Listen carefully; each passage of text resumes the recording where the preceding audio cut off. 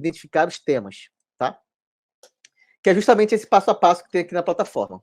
Então, vou voltar aqui. Se eu entrar na plataforma da Raso, eu estou usando aqui um cliente template como exemplo, ou seja, com dados fictícios, e ele é até às vezes um pouco pesado, porque isso aqui a gente usa como referência para muitas coisas, então essa é uma aplicação grande e pesada.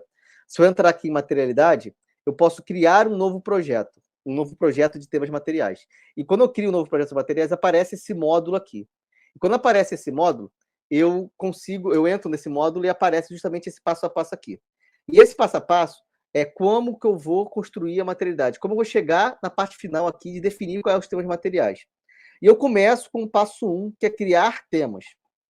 Então, uma vez que eu já tenho o contexto da organização, que é a parte do diagnóstico, que é essa parte aqui que eu acabei de falar, eu vou para criar impactos / temas. Como eu disse aqui, eu expliquei anteriormente, eu vou focar em tema e talvez depois eu consiga voltar para impacto. O que significa isso? Significa que eu vou buscar em referências, analisando alguns relatórios, porque o relatório é dificuldade de identificar corretamente esses temas materiais. Muitas empresas estão emitindo um relatório com temas materiais priorizados pela alta gestão. Isso. Então, Márcia, isso pode ser, né? Eu não vou dizer com certeza, mas pode ser um viés de análise de temas materiais, que essa pesquisa inicial não foi tão bem feita, ou seja, os temas que são relevantes para a pesquisa não foi bem feito, que é justamente a atenção principal que eu dei antes. Você tem que entender muito bem o contexto da organização para não deixar passar nenhum tema, mas também pode ser uma questão que eu vou falar depois da pesquisa. Essa pesquisa foi de fato considerou o peso dos stakeholders ou considerou um peso só da alta gestão, só com viés econômico do desenvolvimento da empresa. Eu vou chegar lá para explicar essa parte da pesquisa, mas parte desse seu comentário tem muito a ver com a capacidade da empresa de identificar temas e impactos sem deixar passar nada. Quando eu estudava essa parte de risco, no meu doutorado, tem um tempinho, tinha uma frase, tinha um conceito, um conceito que era bem legal, que quando você vai fazer uma análise de risco, e a gente pode fazer essa análise de temas, bem similar, de impactos, tem coisas que você sabe, tem coisas que você sabe que você não sabe, tem coisas que você não sabe que sabe, e tem coisas que você não sabe que não sabe. Bem confuso.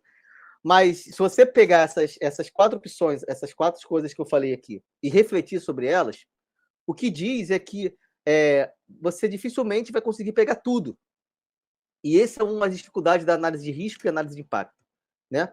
Por isso que a identificação dos impactos, que é a primeira etapa aqui de uma análise de risco, que é uma análise de impacto que é feito, que eu estou trazendo como referência a identificação de temas que são relevantes, é muito importante. Por isso que entender o contexto da organização é muito importante. Por isso que uma reunião com a diretoria é muito importante.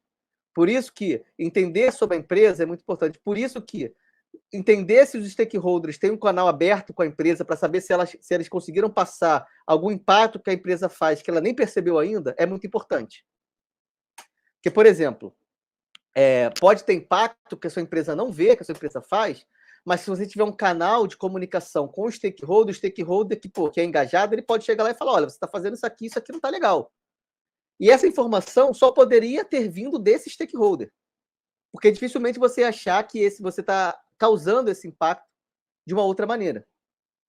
Então, compreender o contexto da organização, compreender o relacionamento com o stakeholder, compreender a cultura da empresa a partir de uma reunião de kickoff com a diretoria é muito importante para você ter uma noção bem fundamentada de quais são os temas e impactos que podem ser relevantes, tá?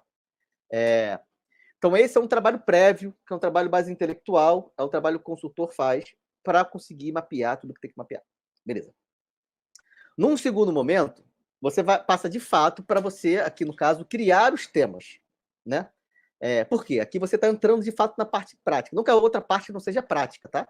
É prática, mas ela entra, dentro da plataforma entra na parte do diagnóstico, e a gente tem funcionalidades para isso, eu posso entrar até no mérito de quando todos esses modelos estiverem prontos, todos esses módulos estiverem prontos, apresentar também essa parte inicial. Mas aqui, eu estou partindo do princípio que você tem essa pesquisa bem estabelecida, tem esse conhecimento da empresa. E aí você vai, de fato, para o passo a passo da materialidade. E a primeira coisa que você tem que fazer é criar temas que são temas relevantes. Tá? Você vai ter que fazer uma lista, de fato, uma lista. Essa lista, você deve seguir referências dos stakeholders, pode seguir as referências de especialistas, então você pode fazer reunião com especialistas para saber que está basicamente dentro desse diagnóstico da PR 2030, então você conversou, todos os especialistas responderam aquela PR 2030 e disse o que está bem maduro, o que está pouco maduro, o que é não aplicável para aquela empresa específica que você está fazendo a materialidade. Aí você pode tanto criar um tema novo, mas você pode e deve buscar referências. Então, por exemplo, o SASB, que tem um viés muito de financeiro, né? Ele tem temas para diversos setores de bens de consumo, do setor farmacêutico, não tem aqui, de bens de consumo, deixa eu desmarcar aqui, de bens de consumo, por exemplo. Então, aqui na plataforma da Rasio, a gente já coloca uma lista de temas desse SASB como referência, do GRI como referência, da Rasio, que a gente fez pesquisas como referência, os próprios temas da ABNT, que foram respondidos lá na materialidade como referência. Então, você pode ter diferentes temas como referências. A gente tem uma biblioteca, se eu não me engano, de 600 e poucos temas, que são essa biblioteca aqui. Mas o mais importante é que isso não é uma solução. Eu não estou te entregando uma solução, eu estou te entregando algumas referências que podem fazer sentido para você ou não. Mas o seu trabalho é identificar essas referências, verificar essas referências, filtrar essas referências, criar temas novos a partir da pesquisa que você fez com seus stakeholders, com a diretoria, com os especialistas, e criar uma lista que é sua. E aqui eu estou te mostrando essa lista. A nossa lista tem 600 temas, e isso aqui nada mais é do que muitas empresas fazem, isso às vezes é até uma entrega de uma consultoria, que é o benchmark. Então, quando você faz isso, você pode buscar como referência, a referência que você vai usar para identificar o tema é um concorrente seu. Então, você vai lá no relatório de sustentabilidade do seu concorrente, vai ver a lista de temas materiais lá e vai dizer, meu concorrente A tem o tema A, B, C e D. O concorrente B tem um tema C, D, E e F. E você vai criar uma tabela, e a plataforma da Rasio possibilita isso, você vai criar essa tabela aqui, em que você vai ter uma lista de temas e quais são as referências que têm esses temas para você enxergar, de acordo com o mercado, de acordo com as referências, quais são os temas que mais aparecem ou que menos aparecem, e se você pode juntar um tema no outro, porque de repente o tema de um está com um nome diferente da outra referência, mas que você entende que pode ser consolidado como um tema só, e por aí vai. Então, esse primeiro momento, e isso você pode usar a plataforma da Rasio, o seu objetivo é construir uma tabela como essa, que é uma tabela de benchmark de temas materiais, com referências, sejam de frameworks, sejam referências de concorrentes, tá? E aí é um ponto muito importante. Quando a gente baseia a lista de temas materiais nos benchmarks, a gente pode estar pecando em não enxergar temas que são relevantes para uma empresa e que não estão no benchmark. Entendeu? Então, o que eu diria? Eu diria que o benchmark vai te dar uma visão do que as pessoas estão comentando, do que os frameworks viram, do que seus concorrentes viram. Mas aí eu volto nesse outro item aqui.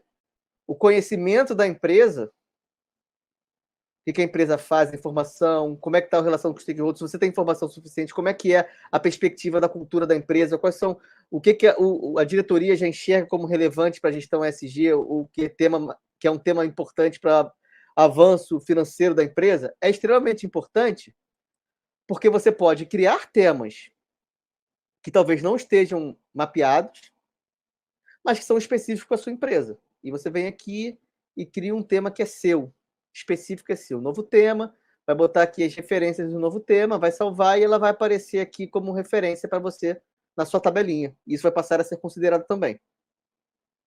Tá?